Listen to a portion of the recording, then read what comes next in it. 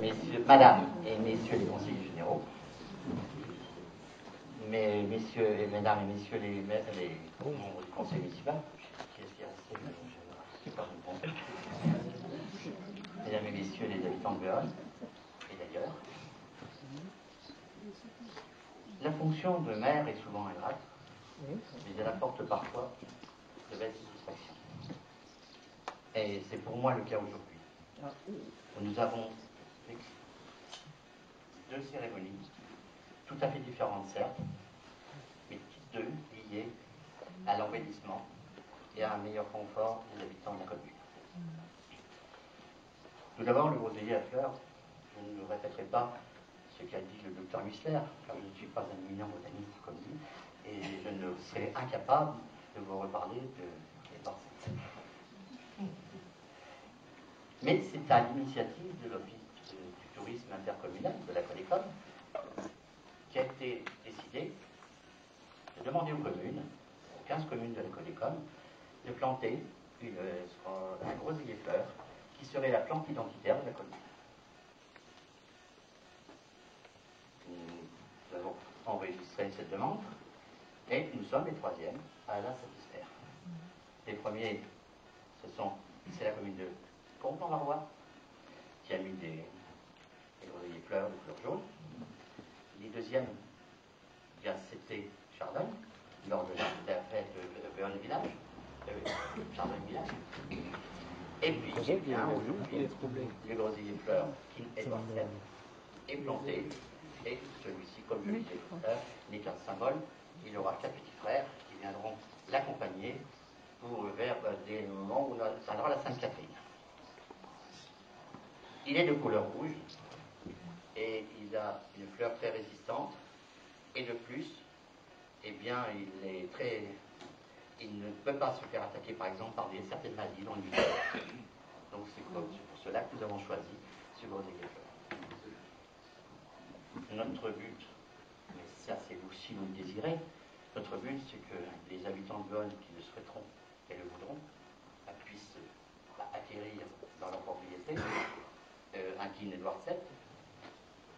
C'est pour cela que dans un récent courrier, j'avais indiqué que tout renseignement pouvait demander à la mairie. Parce que nous avons choisi une pécuniaire, mais pas pour autant que nous devons livrer le nom comme ça. Donc merci à l'OTI, merci à la Colécom d'avoir organisé cette inauguration. Je dirais merci aussi au grand sénéchal de la confrérie des boosters de Groseille de m'avoir intronisé. C'est toujours une petite émotion, une sensation. Il m'a bien expliqué les 10 commandements. Il parle un peu en patois, mais j'ai compris quand même. Donc, j'ai juré. Ça fait pas.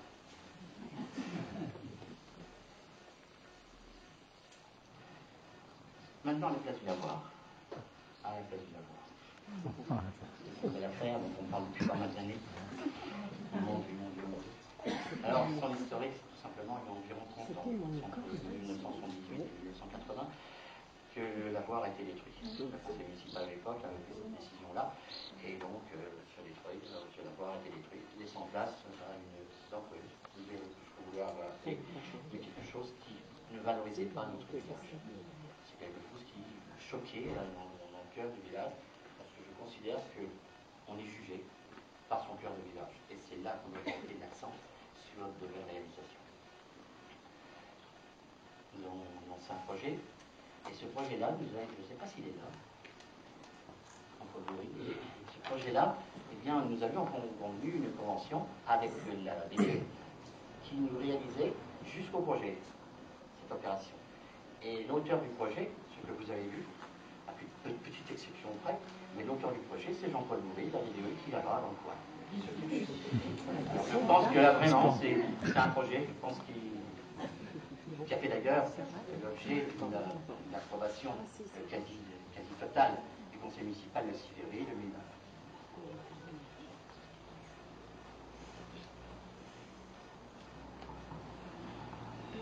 Donc ensuite, nous avons dû choisir un maître d'œuvre.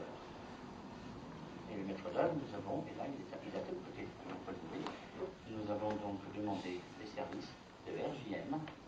RJM, c'est un ancien de la vidéo qui connaît bien également Jean-Paul Bourri, et le lien peut se faire beaucoup plus facilement. Donc RJM nous a quand même suivi le chantier de le maître, étant très souvent présent et ne décrochant rien du tout. Donc je tiens à les remercier tous les deux pour le travail entrepris. Maintenant, s'agissant des entreprises. S'agissant des entreprises, si j'ai les excuses de M. Gouverne même, qui ne peut pas être présent aujourd'hui, eh bien, son chef de chantier qui a justement réalisé les travaux avec son équipe. Il y a une personne de son équipe. Et c'était un pari. Le 18 août, Mme Vigneault, la directrice de l'Optique, vous avez vu tout à l'heure, Mme Vigneault vient me voir pour parler des journées de patrimoine du Groseillier, uniquement du Groseillier. Et je lui dis, il faut mettre la place du lavoir, elle sera finie. Et elle passe sur place du lavoir, elle regarde cette langue creuse. Elle ne m'a pas cru. Ce qui fait que ça n'a pas été sur le carton. C'était remis sur le carton. Parce que là, j'ai posé la question à M. Estel, en lui disant, il ne faut pas me raconter l'histoire, ça sera fini ou pas fini. Et sa réponse est textuelle, ce sera terminé. Et si ce n'est pas terminé, on verra les samedis. Alors, merci à eux, parce que c'est vrai qu'ils vont faire.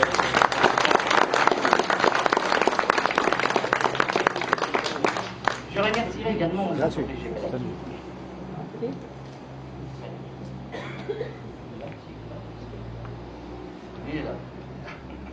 Et je remercierai également le PG Pellec et Pascal Tintan, qui faisait dire au chef de chantier, quand on dit quand on les arbres comme ça, on est en 6 mois, quand c'est bon, on les a tout de suite.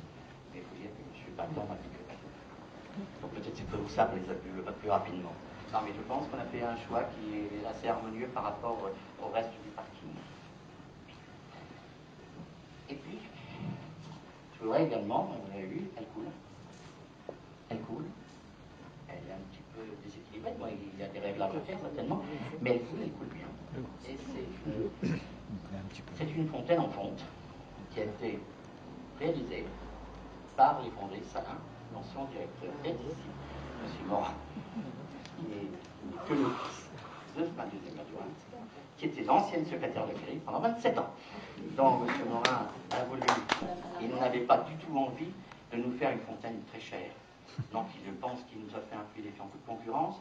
Alors, M. Pancher disait tout à l'heure, moi je me commande 10, comme ça ne m'aide pas.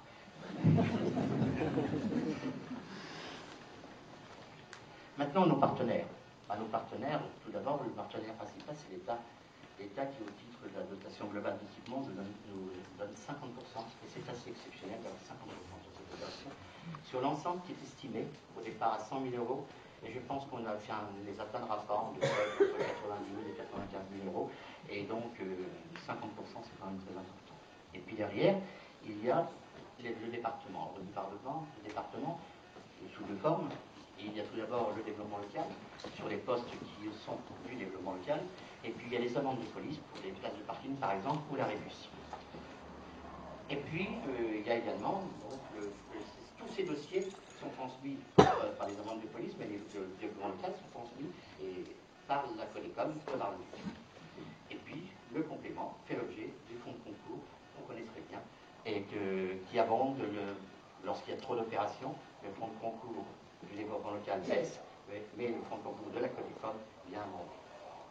C'est un peu compliqué, mais ça nous permet actuellement de dire, parce qu'il ne faut pas que j'oublie la dernière aide, c'est l'aide du sénateur, qui nous a, au titre des réserves parlementaires, donné quand même 4 000 euros. Donc, lorsqu'on fait les comptes, on s'aperçoit que ce parking, qui va coûter 90 000 euros environ, eh bien, est subventionné à environ 80%. Ce qui veut dire que si nous avions réalisé un simple goudronnage, avec un simple fraisage, ça nous aurait coûté plus cher. Quant aux subventions qu'on pouvait toujours aller à la pêche, on les aurait jamais.